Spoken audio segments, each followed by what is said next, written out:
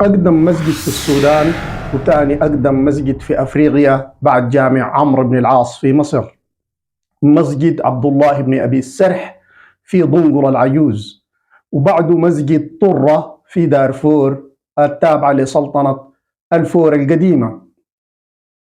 السلام عليكم ورحمة الله تعالى وبركاته. الليلة نحدثكم عن أقدم جامع في السودان وثاني أقدم جامع في أفريقيا، هو مسجد عبد الله بن أبي السرح في ضنقر العجوز، وعن مسجد طرة في دارفور.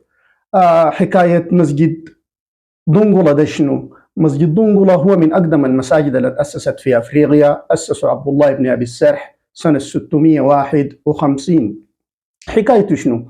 يحكى إنه الجيوش الإسلامية بعد ما فتحت مصر سنة 641 أرسل عمرو بن العاص الغايد بتاعه عقبة بن نافع عشان يهاجم شمال السودان اللي هو كانت مملكة المغرة. عمرو بن العاص انهزم هزائم متتالية، فسحب عقبة بن نافع ووداه لجهة المغرب العربي. سبب الهزائم كانت إنه القبائل بتاعت شمال السودان كانت مستميتة في الدفاع عن أراضيها، وهزمت المسلمين هزيمة نادرة جدا جدا في معركة ضنقر العجوز الأولى، اللي هي كانت سموهم بسبب رماة الحدق. رماة الحدق دي ذكرنا المغريزي قال كانوا حتى الأطفال في الأراضي دي بيصيبوا العين بالضبط.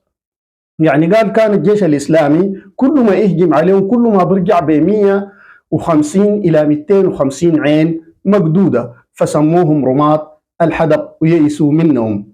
بعد انتهت ولاية عمرو بن العاص على مصر، جاء عبد الله بن أبي السرح وبرضه حاول إنه يهجم على مملكة المغرة، فحاصر ضنقر العجوز وضرب بالمنجنيقات، واستماتت المدينة في الدفاع عن نفسها، واستمات المسلمين في طلب النصر ونشر الإسلام في الأراضي دي. فوقعوا اتفاقية البغض سنة 31 هجرية أو سنة 28 هجرية، اللي هي موافقة كانت لسنة 652، ومن ضمن البنود إنشاء هذا المسجد على تلة مرتفعة، وبرضه حوله بتوجد مغابر لتاريخ اللحظة يعتقد إنها مغابر لبعض الصحابة القتلوا في المعارك دي.